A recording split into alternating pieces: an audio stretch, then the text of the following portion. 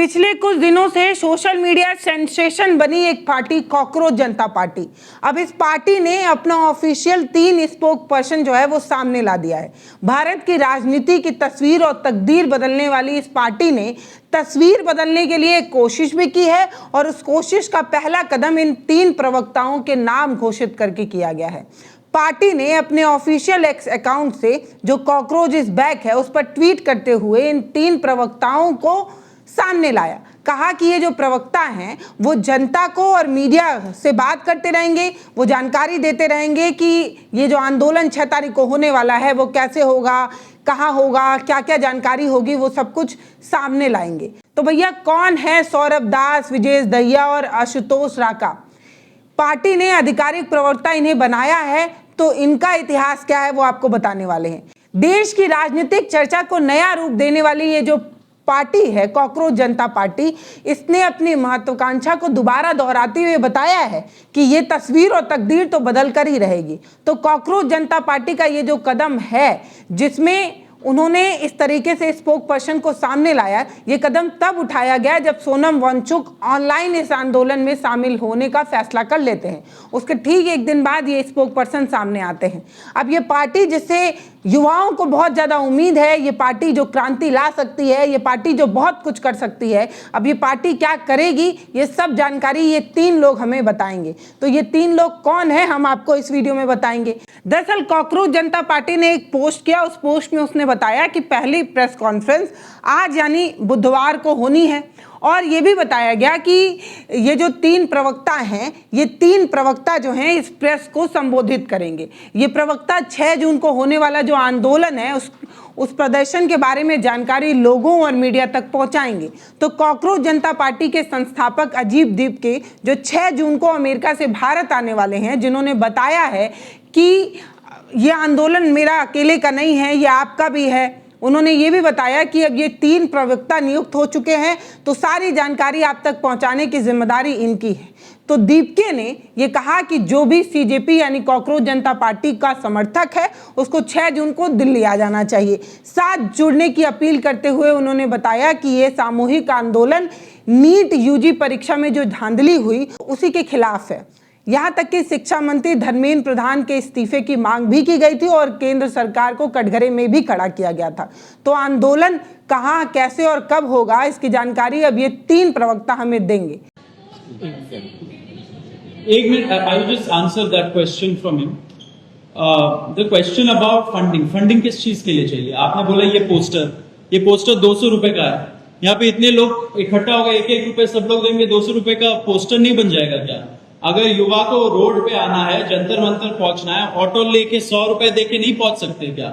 हम लोग पहुंच जाएंगे, उसके लिए किस चीज का फंडिंग चाहिए? तो ये एक काउंटर नैरेटिव चलाया जाता है। कोई भी मूवमेंट हो, आज history will tell you, history will testify कि जब एक अच्छा मूवमेंट हुआ है उसके खिलाफ एक काउंटर नैरेटिव चलाया जाता है, कॉन्स्पिरेसी थियरी चलाई जाती है, फंडिंग लाया जाता है, फॉरेन हैंड लाया जाता है, बहुत सारी स्टोरीज बनाई जाती है। क्यों? क्योंकि वो मूवमेंट एक सही पाथ पे है। तो हमें भी ये वैलिडेशन मिल चुकी है कि ये मूवमेंट एक सही पाथ पे चल रही है, इसलिए ये स्टोरीज बनाए जा रहे हैं। तो कौन है ये 3 प्रवक्ता और किसको क्या जिम्मेदारी मिली है अब वो जान लेते हैं। तो पहले हैं सौरभ दास। सौरभ दास जो हैं उनका पत्रकारिता के क्षेत्र में एक व्यापक अनुभव है। कहा जा रहा है कि कॉकरोच जनता पार्टी जब इन्हें अपना आधिकारिक प्रवक्ता के रूप में शामिल करती है तब वो ये बताती है कि कई वर्षों तक इनका जो अनुभव है वो कानून के क्षेत्र में, न्यायिक क्षेत्र में और सामाजिक मुद्दों पर जांच, विश्लेषण और रिपोर्टिंग की है। 2025 में इंडिया गेट पर एक प्रदूषण विद्रोही आंदोलन हुआ था, उसको इन्होंने ही लीड किया था। कॉकरोच जनता पार्टी जब सौरभ दास के बारे में बताती है तब उनका एक ट्विटर हैंडल देती है। ये आप सौरभ दास का ट्विटर हैंडल देख पा रहे होंगे। इसमें सबसे ऊपर आपको अमेरिकी लेखक नॉर्मन कार्नेगी का एक कोट नजर आता है जिसका हिंदी अनुवाद ये है कि जीवन में सबसे बड़ा नुकसान मृत्यु नहीं है, सबसे बड़ा नुकसान वो है जो हमारे भीतर जीते जी मर जाता है। मतलब जब आदमी जीते जी मर जाता है तब सबसे ज्यादा नुकसान होता है। इस तरीके की इनकी प्रोफाइल में जानकारी है।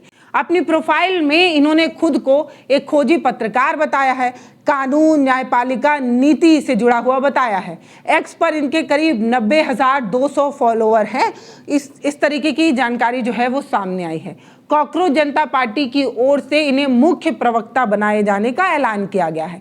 जब ये ऐलान किया गया तो सौरभ दास ने अपने ट्विटर हैंडल से एक पोस्ट लिखा जिसमें वो लिखते हैं कि वो बेहद ही उत्साहित हैं। कॉकरोच जनता पार्टी का मुख्य प्रवक्ता बनाए जाने पर सौरभ जो है अपने सोशल मीडिया साइट से एक ट्वीट करते हैं, एक पोस्ट करते हैं जिसमें वो बताते हैं कि वो बेहद उत्साहित हैं क्योंकि वो कॉकरोच जनता पार्टी के मुख्य प्रवक्ता के रूप में शामिल हुए हैं।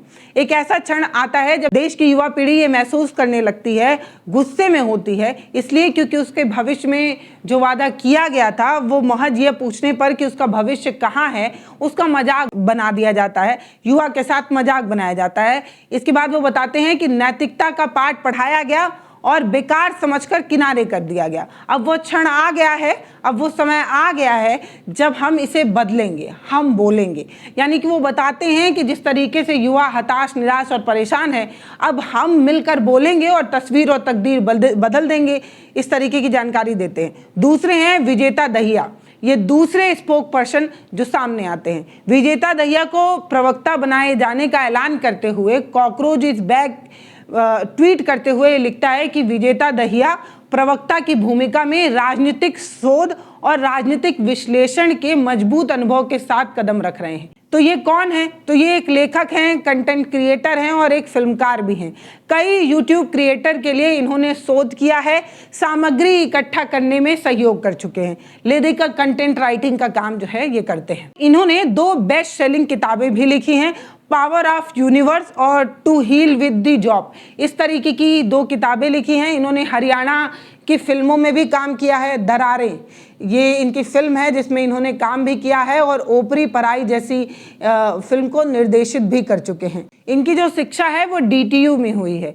विजेता दहिया कौन है? तो इनके सोशल मीडिया प्रोफाइल को जब आप देखते हैं तो इसमें डॉक्टर भीमराव अंबेडकर नजर आते हैं। उनका एक कोट लिखा हुआ नजर आता है जिसका हिंदी अनुवाद ये है कि राजनीति लोकतंत्र टिक नहीं सकता जब तक उसकी नींव में सामाजिक लोकतंत्र ना हो। सामाजिक लोकतंत्र का अर्थ क्या है? इसका अर्थ है जीवन धर्म जो स्वतंत्रता, समानता और बौद्धित्व जीवन के मूल सिद्धांत के रूप में स्वीकार किया जाता है। एक्स पर इनके करीब 5,000 के आसपास फॉलोअर हैं। ये इनका बैकग्राउंड जो है वो सामने आया है। तीसरे जो प्रवक्ता बनाए गए हैं उनका नाम है आशुतोष राका। ये पार्टी के प्रवक्ता बनाए जाने का ऐलान करते हुए CGP ने जो ट्वीट किया उसमें बताया कि आशुतोष राका पार्टी के संचार टीम में शामिल हुए हैं। वो IIT कानपुर और लंदन स्कूल ऑफ इकोनॉमिक के पूर्व छात्र हैं। राका ने लंदन के मैकेनिज एंड कंपनी के रणनीतिक प्रबंधन में परामर्श का काम कर चुके हैं। यहाँ उन्होंने शीर्ष अंतर्राष्ट्रीय संगठन को जटिल परिचालक और आर्थिक रणनीति पर सलाह दी है। वो पिछले साल भारत लौटे हैं और जयपुर में पर्यावरण, शिक्षा और युवाओं से जुड़े कई जन आंदोलन को नेतृत्व कर चुके हैं, हिस्सा ले चुके हैं। यानी कि ले देकर ये बताने की कोशिश है कि सोशल एक्टिविस्ट है।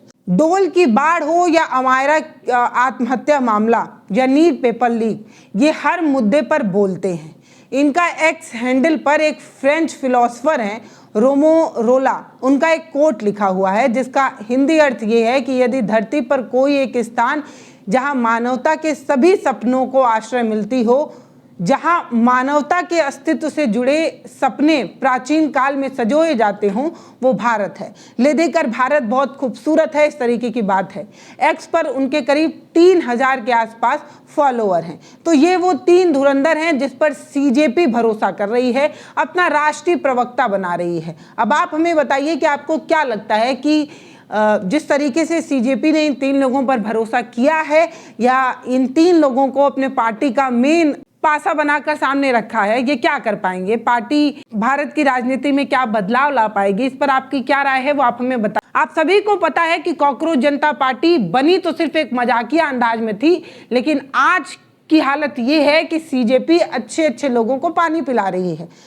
मौजूदा सत्ता में बैठे लोग भी इस बात को लेकर हताश, निराश और परेशान हैं कि सीजेपी कुछ कर पाएगी। लेकिन सबसे बड़ी बात यह है कि हम एक ऐसे समय में है जहां किसी को बोलने का समय नहीं मिलता, किसी को बोलने का हक नहीं है या कोई बोल नहीं पा रहा है। हम सभी देख रहे हैं कि विपक्ष का कोई भी नेता जब बोलने की कोशिश करता है तो उसकी आवाज़ कैसे दबाई जाती है।